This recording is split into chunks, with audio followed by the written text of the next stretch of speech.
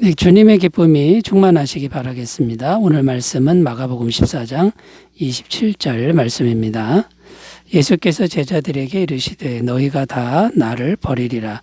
이는 기록된 바 내가 목자를 치리니 양들이 흩어지리라 하였음이니라. 아멘.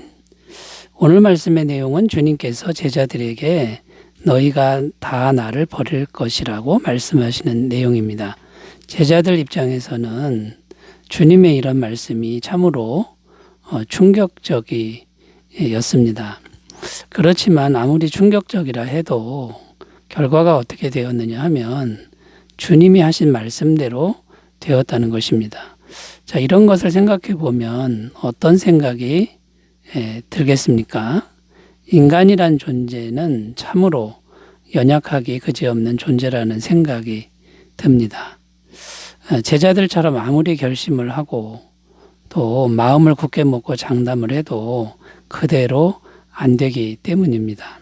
그래서 성경은 자기를 의지하는 자, 곧 사람인 자기를 의지하는 자는 참으로 미련한 자다, 그 미련한 일이다라고 말씀하고 있습니다. 잠언 28장 26절 자기의 마음을 믿는 자는 미련한 자요 지혜롭게 행하는 자는 구원을 얻을 자니라. 자, 이렇게 말씀하고 있다는 거죠. 자, 그래서 오늘은 말씀의 주제를 이렇게도 연약한 인간, 이렇게 너무나 연약한 우리들은 어떻게 삶을 살아야 하는가?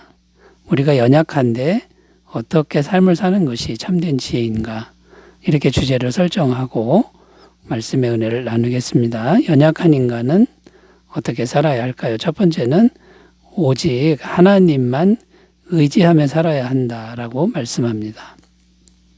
요한복음 15장 5절 말씀 읽습니다. 나는 포도나무에 너희는 가지라. 그가 내 안에 내가 그 안에 거하면 사람이 열매를 많이 맺나니 나를 떠나서는 너희가 아무것도 할 수 없습니다. 자, 이 말씀에서 포도나무는 예수님이시고 가지는 인간인 우리들을 의미합니다. 포도나무와 가지의 관계에서 가장 중요한 것, 절대로 이것은 놓쳐서는 안 될 게 뭐냐면 붙어 있어야 된다라는 것입니다. 가지가 포도나무에서 떨어지면 안 된다라는 것입니다. 자, 그런데 영적으로 오늘날은 영적으로 떨어지지 않아야 되는데 영적으로 떨어지지 않는 것은 구체적으로 어떤 것일까요?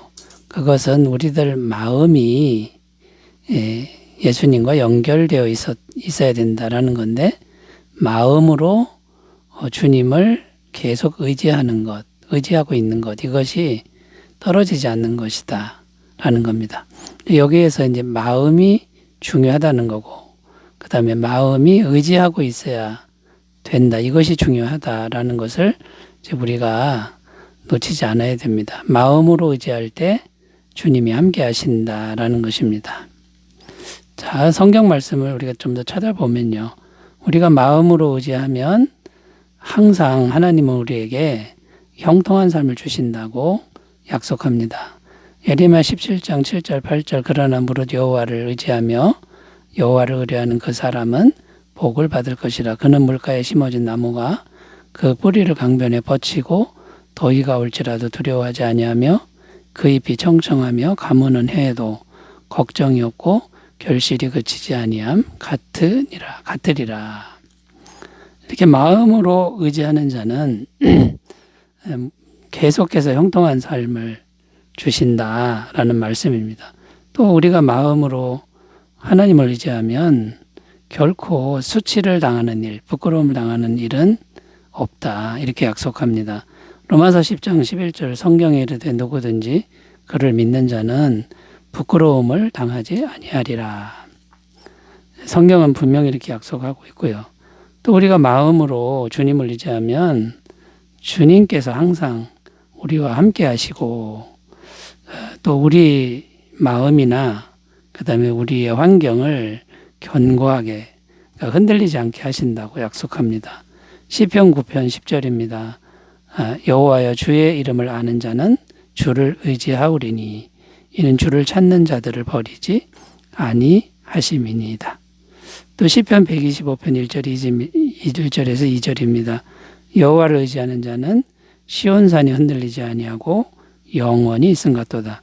산들이 예루살렘을 두름과 같이 여호와께서 그의 백성을 지금부터 영원까지 두루시리로다.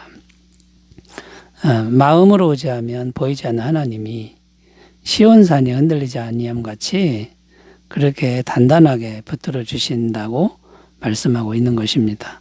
또 마음으로 우리가 주님을 의지하면 그 사람이 가는 길, 주님을 의지하는 그 사람이 가는 길을 주님이 책임져 주신다고도 말씀하고 있습니다. 시편 37편 5절 7절 내 길을 여호와께 맡기라. 그를 의지하면 그가 이루시고 내 의를 빛같이 나타내시며 내 공의를 정오의 빛같이 하시리로다. 여호와 앞에 잠잠하고 참고 기다리라. 자기 길이 형통하며 악한 꾀를 이루는 자 때문에 불평하지 말지어다.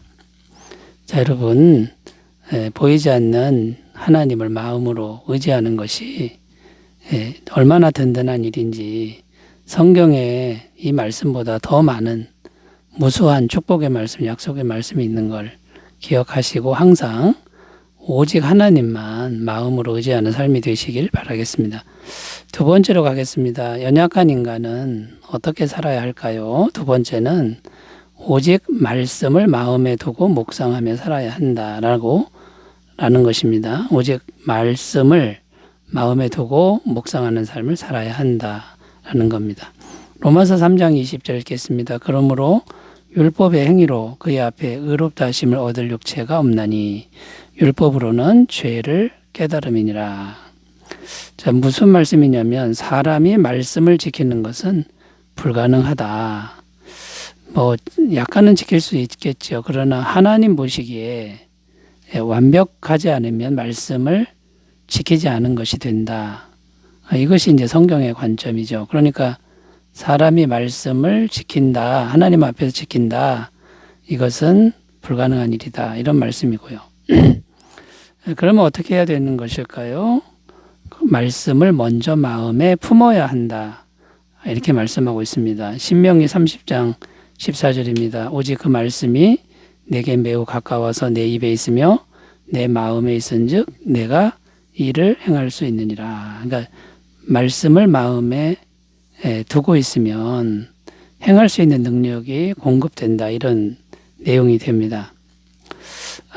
자, 그래서 이제 말씀을 품으면 말씀 자체가 우리 안에서 일을 해서 이제는 하나님의 은혜가 공급이 돼서 어떻게 됩니까? 형통케 하신다. 이런 말씀이 있습니다. 시편 1편 1절에서 3절입니다. 복 있는 사람은 악인들의 꾀를 따르지 아니하며 죄인들의 길에 서지 아니하며 오만한 자들의 자리에 앉지 아니하고 오직 여호와의 율법을 즐거워하여 그의 율법을 주야로 묵상하는도다. 그는 시냇가에 심은 나무가 철을 따라 열매를 맺으며 그 잎사귀가 마르지 아니함 같으니 그가 하는 모든 일이 다 형통하리로다. 이렇게 말씀을 묵상하고만 있는데도 하는 일이 다 형통해진다. 이것은 어떤 원리로 이렇게 됩니까?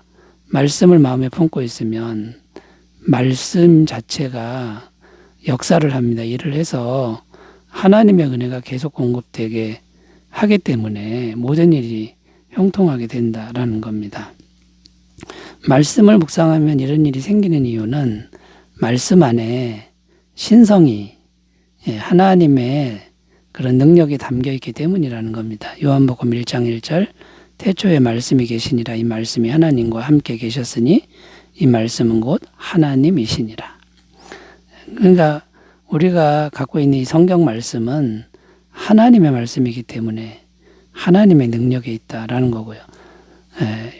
사도행전 20장 32절 지금 내가 여러분을 주와 및 그 은혜의 말씀에 부탁하노니 그 말씀이 여러분을 능히 든든히 세우사 거룩하게 하심을 입은 모든 자 가운데 기업이 있게 하시리라. 사도 바울도 말씀을 전했습니다. 그 말씀을 받은 사람들에게 말씀께 부탁한다. 여러분들을 지켜주기를. 말씀이 하나님이라고 이렇게 고백하는 모습을 볼 수 있다라는 거죠.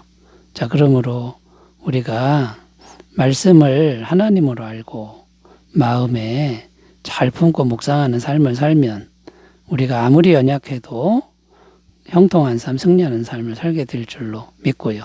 더 나아가 말씀을 품고 있을 때 우리가 영생을 얻게 된다는 것을 꼭 기억하시고 말씀을 가까이 하시기 바라겠습니다.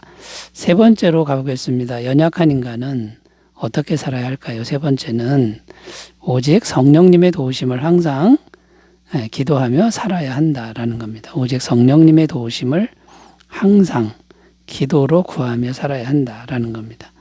요한복음 14장 17절 읽습니다. 그는 진리의 영이라 세상은 능히 그를 받지 못하나니 이는 그를 보지도 못하고 알지도 못함이라.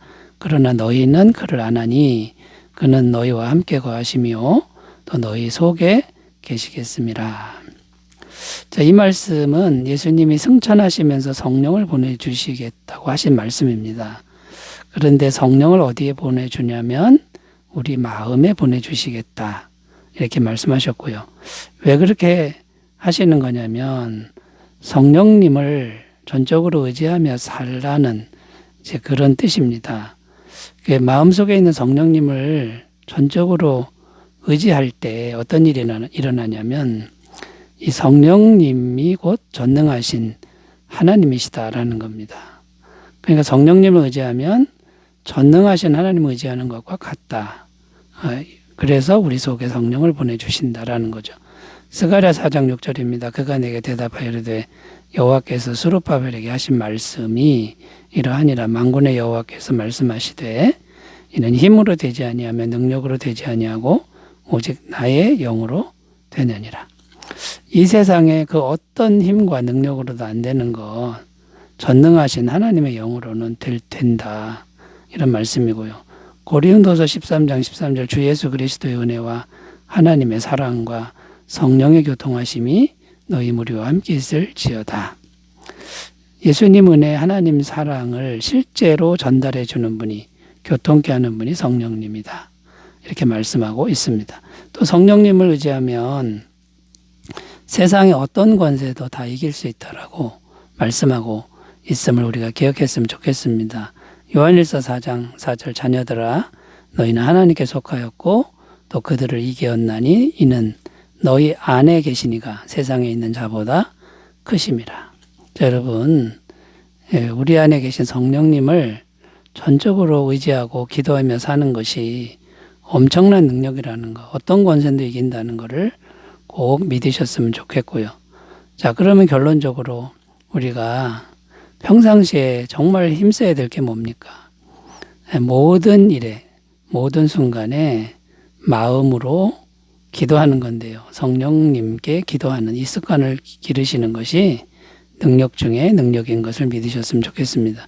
빌립보서 4장 6절 7절 아무것도 염려하지 말고 다만 모든 일에 기도와 간구로 너희 구할 것을 감사함으로 하나님께 아뢰라. 그리하면 모든 지각에 뛰어난 하나님의 평강이 그리스도 예수 안에서 너희 마음과 생각을 지키시리라. 아멘. 날마다 승리하시기 바라겠습니다. 기도합니다. 하나님 아버지, 우리가 연약하지만 오직 하나님만 의지하게 하여 주옵소서. 예수님의 이름으로 기도드립니다. 아멘. 감사가 넘치시기 바라겠습니다. 감사합니다.